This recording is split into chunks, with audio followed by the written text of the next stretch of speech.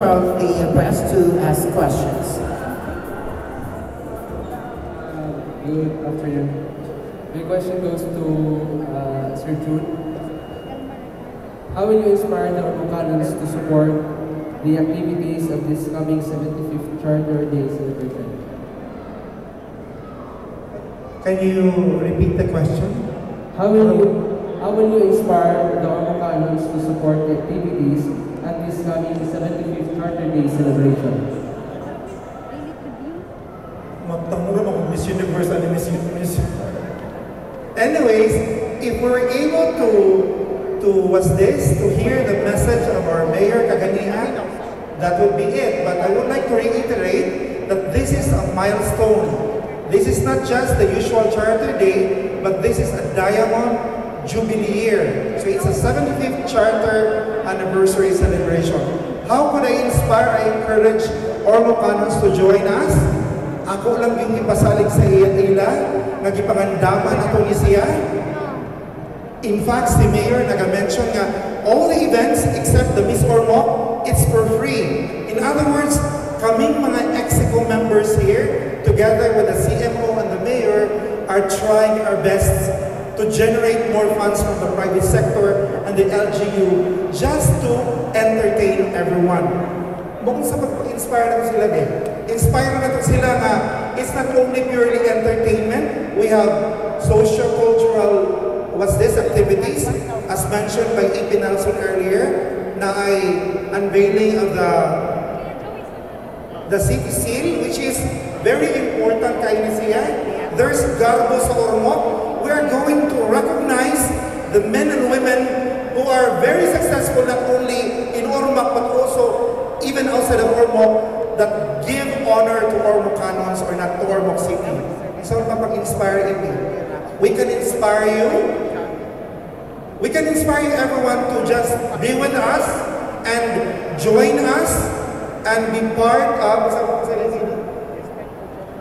and enjoy Kono. And besides, as emphasized by Congressman Richard Gomez, the Ormoc City is the safest city in the Philippines for 2 years, so we're going to continue that one in the coming days and months. Thank you very much. We have Mr. Joey Gabriela.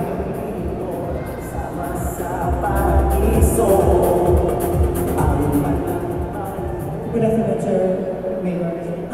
75 years sa existence of Ormoc as a city mayor, about over 12 decades kayo na Torres Gomez administration. May I just ask, ano ang naging contribution niyo for the past 12 years in the growth and development of Ormoc as a city?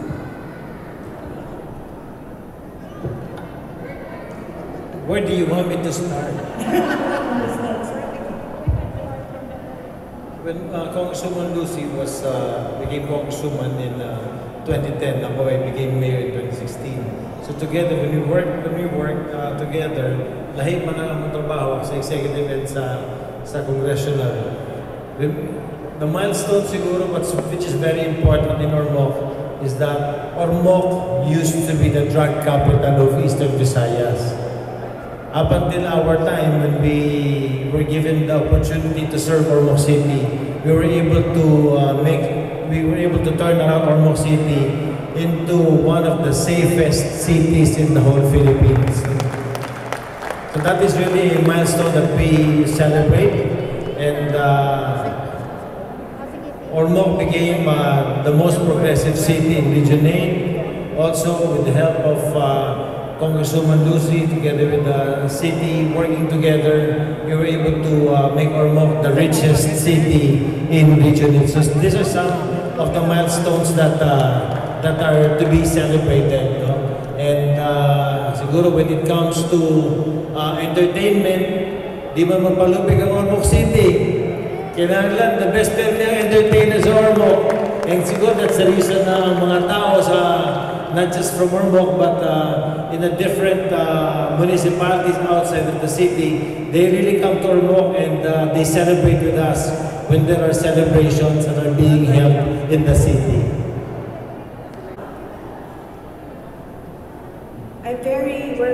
We're very lucky because before I became mayor, the former mayor, now our congressman, already took the burden of fixing what was most important to make any city prosper. And what is that? Peace and order. Because no matter how beautiful our plans, no matter how wonderful our dreams, if peace and order is not established in any city, wala gyud mahitabo. So I have it easier coming in because pag-abot na ko when I assumed the role of mayor of the city in 2022. Mayor Richard already worked on the foundation of peace and order since 2016 up to 2022. So imagine the turnaround. I think for most other places, peace and order, it's something that's very underrated because unless you don't have it, you don't really appreciate it. But kita before nila nahibaw magitaon sa atong history na this was the drug capital. So when that was fixed, tinuod ito ngayon sa field of dreams na just build it and they will come. The first thing that Mayor Richard built was a foundation of peace and order. When that was established, everything came. The city prospered, businesses came in, and what we see now is a product of all the hard work that was put in all those 6 years. So it's not just luck or happenstance. It was a product of political will and hard work. And when people ask us, what is our strength as a tandem working for the city in his capacity as congressman and my capacity as mayor, we do not position ourselves as the greatest or the best because that has never been our battle cry. But ang ako yung masultis, ang amo yung lamang is the dreams we have for the people because coming from a small place, nagianan ta nga kinahanglan pwede na ni sakto na ni kay total probinsya na bayata. When we started to lead the city and the district, we wanted the quality of the dreams of the people to be bigger and better. We wanted to get out of that mentality nga, pwede rin kay probinsya na ta or gamay na ta nasyonal. No. Even if we are the smallest dot in the map of the Philippines, even if pinmita maibuan ng bagyo, pinmita nga na ay pinmita geographically na vulnerable, who says that we cannot be the best? We do not have to compare ourselves to the biggest cities in the Philippines, but we have to always reach our full potential as a city and as a district. Kung mura yun na ilamang nato sa ODT compared to all the others, kaya all the others running also who want also to run the city or the district because the dreams that we have for the people are big. The dreams that we have for the people are beautiful. The dreams that we have for the city and the district are not just contained within a few select people. It's for everybody because we know that unless the basic family feels the change and the progress, we cannot claim to have changed anything. So sa pangutana sa ganina, as a rejoinder sa pangutana ganina nga, how can you inspire the people of Ormoc to support the activities? Naturally, they will support the activities. Why? Because everything was designed or planned with them in mind. Ngano ang uning gibuhat? It's not for us, it's always para malipay ang mga lumulupyo sa Ormoc. Ngano mag-concert man ta para malipay ang mga tao. Ngano magdaman ta sa kanilang mga lindog na artista para malipay ang mga tao. It's always with the happiness and satisfaction of the people we serve in mind. During the pandemic time, and one of the nawawalan non-stop trabaho and even investments at low. Anong mga measures mo to mabalik ang trabaho investment here in the city? Your question is how do we intend to recoup? Yes. I think it was a very strange time for all of us, no? Kaya nag-lockdown taong bugay. That is why we are just sustaining whatever the mayor has started in terms of kanang good governance. And sa kadaghan o kanang complexities in running the city, and especially in the business sector, what is our North Star? What is our guiding light? Ang guiding light is always, what does the law say? Because when you follow the law, when you go back to basics, it evens the playing ground for everyone. Walay pinalabi,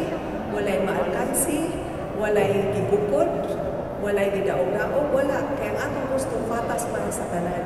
That is why we want an even playing ground, and to do that, you need political will. To do that, you need to always go back to the basics, and our basic is always the law. Especially because my lolo, who used to be a mayor also of Ormoc, no, I grew up, he would always say na, because he was a lawyer, he would always say na those who have less in life should have more in law. So, in the daily grind sa city. Elmer Recuerdo. Good afternoon, Mayor and everybody. I just want to do a follow-up question dun sa nabis kanina ng Congressman. Kasi as we celebrate the Diamond Jubilee also marks the entry, the passage of the fourth quarter towards the centenary of city. What I want to know is where do you intend to bring Ormoc as it enters into its first 100 years? Where do I intend to bring Ormoc? I am very inspired by the direction that Mayor Richard took when he started planning for the district and the city. And it is really to have a master plan, because when you proceed na mura na ito, balabala, when you run things like a mom and pop store, you will end up with a product that's also neither here or there. That's why we are always guided by plans. And for everything we need to do, we hire experts. We do not rely on bulong brigade or just a few people. Especially when you plan the direction of the city, you really hire the experts. What are those experts? Master planners, urban planners. We have capacitated our people also in the LGU.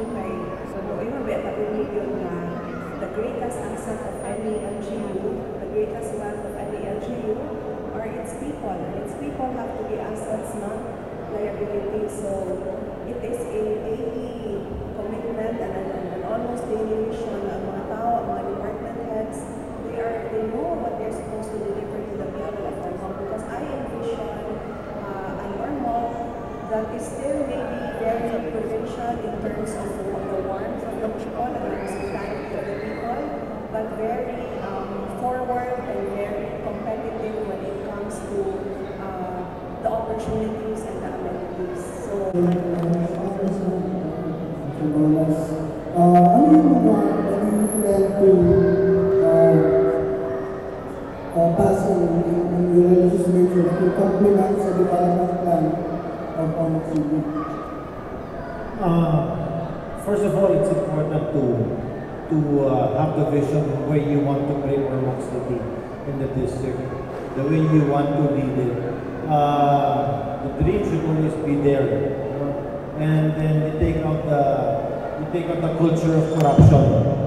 These are the primary things that need to be in place in order to run your city well. Second, as a legislator, ang among trabaho is not just to legislate, but what is more important is importante na imong congressman na ipadala ng mga proyekto para sa iyang syudad o sa distrito.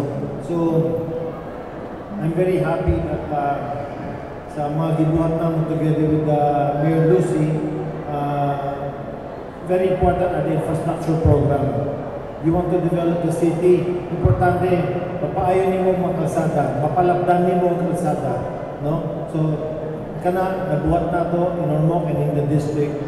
Then we go to the next is to build the side roads so that more people can be accommodated, more people can traverse Ormoc City, no? So in the works, no? A lot of work needs to be done. So good pa lang. Pero makita ninyo, the effect is ang pagka-progresibo sa usa ka syudad is because of the people that work together. The Philippine News Agency. Good afternoon to Congressman Richard. you mentioned about Ormoc City Airport. Meron naman mga airline companies na interested na mag-operate with Ormoc. I said a while ago that the DOTR is going to write all the airline companies if they're interested to come in. Kaya pinaka-importante is, no matter what kind of representation we make, if the DOTR will not give us a takeoff and landing slot, walay mabuhat ang mga airlines. That's why when I spoke to the secretary, he said that he was going to send a letter, of which a draft was sent to me. He is going to send out the letter, if not this week, maybe next week, to the airlines. Kasi interesado na musulod din sa Ormoc City. Hopefully, we get an answer from them within the year. The city government has been doing attractive to Ormoc. If you take a look at the airport, taas-taas na we can accommodate the airbuses already. No? It's a 2.1 kilometer runway. So taas-taas na rin, it's comparable to the length na nasa Tacloban. The roads leading towards the airport, maayo. And ang usa na ordinansa na among gibuhat din sa Ormoc City is that we have to protect the aerodrome. Na dili pwede magbutang mga taas na mga buildings surrounding the airport. So as early as now, we've protected that area so that in the future, when we start accommodating more flights, bigger planes, the Ormoc Airport will be safe for all passengers and airlines. Ormoc, Manila, yes. Because Ormoc, Manila, we can accommodate ang taga-Biliran, we accommodate ang Southern Leyte, and we also accommodate the western side of Leyte. No? So there was a study that was prepared by our tourism office, and it was also presented to the airlines. Nakita nila that it is viable. There was a PAL was servicing Ormoc sa una. Hindi lang ito naalagaan, that's why nawala, lumipat ang PAL. But if you ask if the passenger is there, that the capacity is there, it is there. Ormoc. Thank you. Good afternoon, Congressman. And looking forward and congratulations in advance sa success sa one-month activities. Gusto ko ngayon, in-effect ba sa one-month activities and all activities ang health protocols? And health protocols, tapos ang gano'n gusto ngayon, na-mention man ni mga appeal sa program ang appeal sa activities ang Philharmonic appeal. And then na-mention ni mga free except ang Miss Ormoc. So, how sure na makabit yun ang Philharmonic, and is it the first time na mag-visit ang Philharmonic sa Ormoc? How sure na makabit ang Philharmonic? Yes. Tanong lang sa sila ginang mo. Actually, the Philharmonic makabit sa Philharmonic, we are timing it na makabit siya sa teacher fee. Philharmonic will be on the 16th. So if all goes well, because they've already said yes, and they were invited early on, or they know that it's part of the charter day. So unless things really change, they have to meet that. As of now that we are speaking, the Philharmonic will be here on October 16. As far as health protocols are concerned, you know that Ormoc was one of the most strict during the pandemic. That is why we did not get our first case of COVID until December of the year. Asa din siya na ningkiang ang COVID because the outbreak started sometime in February and the lockdown was in March. December, it was only in December that we got the first case. And why were we able to stall it that long? It was because again of political will, very strict measures Now, PPM, the President has already come out with a directive saying that the wearing of masks is optional outdoors. But here in Ormoc, we still encourage people to wear masks indoors. We follow the national policy, which is that they can wear masks, wear or not wear masks outdoors. But I think I'd like to believe that during the 2 years we had to live with COVID, all these safety protocols are so deeply ingrained in us na it's automatic already for us to be very, very careful. You hardly see anyone now who doesn't have a mask or who doesn't have a sanitizer or who does not stay home if nalang sila even just the regular cough or colds. Kaya ang assumption always is, kasi COVID, so mag-isolate na. So, even when the contact activities, the health protocols, the remote health standards will still be observed, and most especially, that is why we have always involved the police in all our plans, because the safety is very important. If you look at the history of Ormoc, one of the biggest events we had right after the pandemic, when things started easing up, was Andrew Lee coming in for the concert, and there were about 60,000 people in the plaza, standing room only, no? Kaya wala yung manipulahan, but the peace and order situation is very good because we asked for reinforcement from the region for more policemen. So the whole of October, we have already made representations also to ask for more policemen para throughout the entire festivities kanang pundo ang nona sa mga tao na they will be taken care of and they will be safe in Ormoc. And I'd like to thank our Chief of Police, si David Hermoso, for all the hard work. I really galing kanang imagine mo 60,000 katao na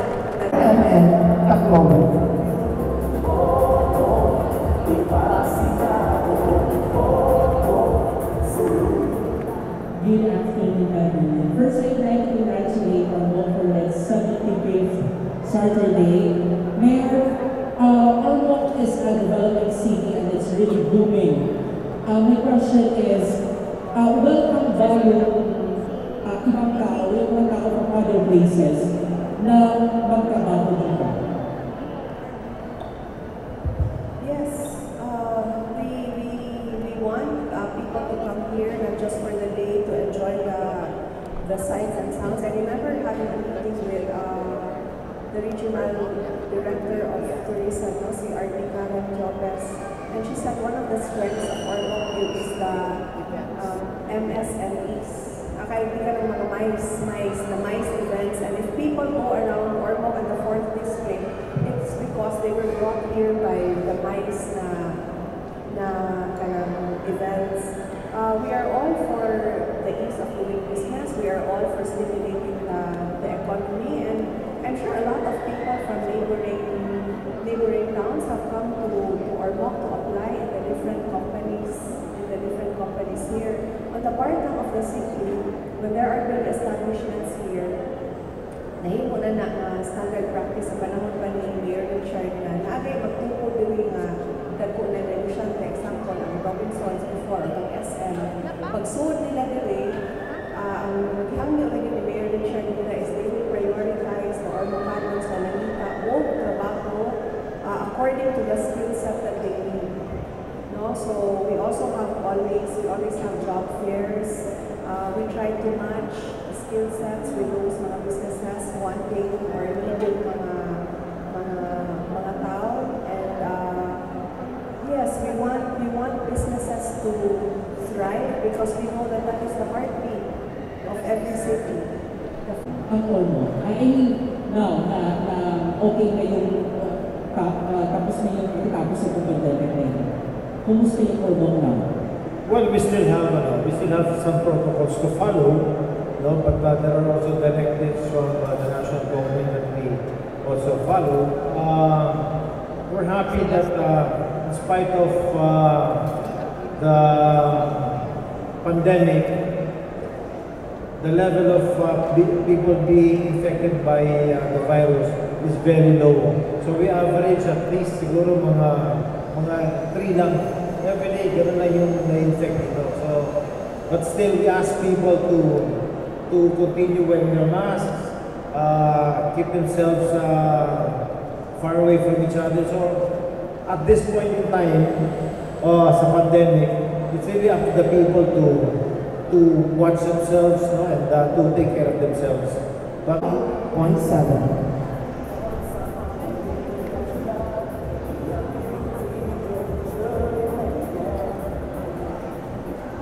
Good afternoon po, Mayor at saka Congressman.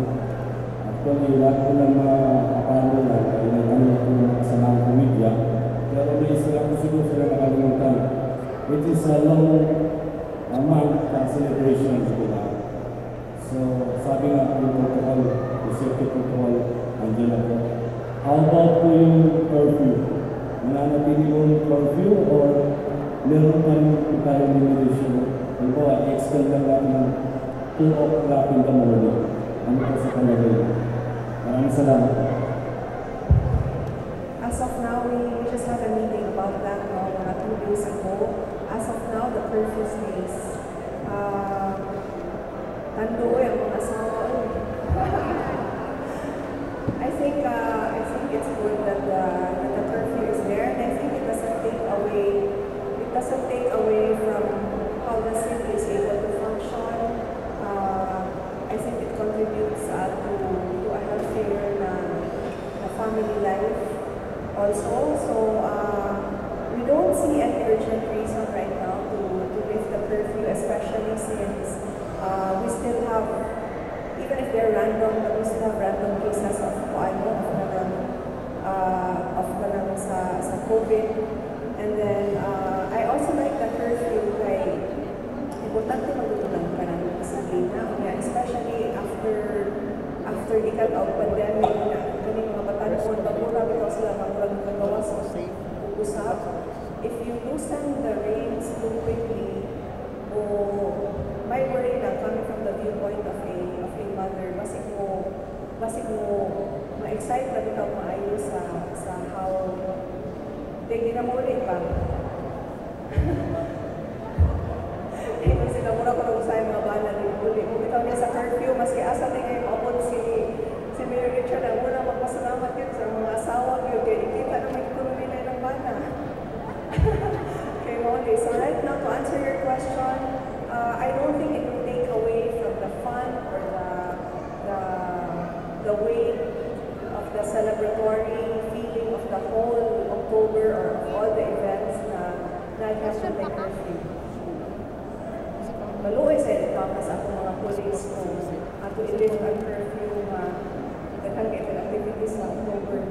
So kung anong nabalansin ng everything should be all about achieving a good balance. Good afternoon, especially to Mayor Congressman. This is a follow-up question sa sinabi kanina ni Mayor Lucy. My question is for the PNP, sir, to the City Director. What are our plans, sir, to maintain the peace and order in every activity during the Mount Long celebration?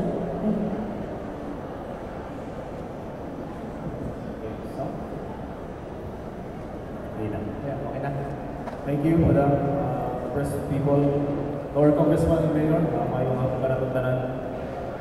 As early as June, we are prepared because during the Fiesta celebration and the concluded national local election, may template na kami, concluded the template on the deployment plan.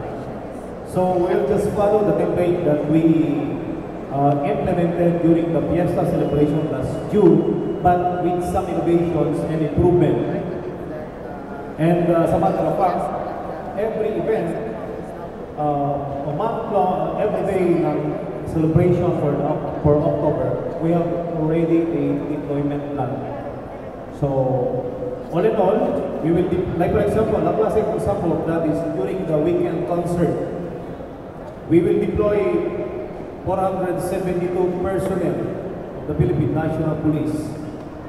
You will ask, why 472? In fact, ang police ng Ormoc City is 414 lang.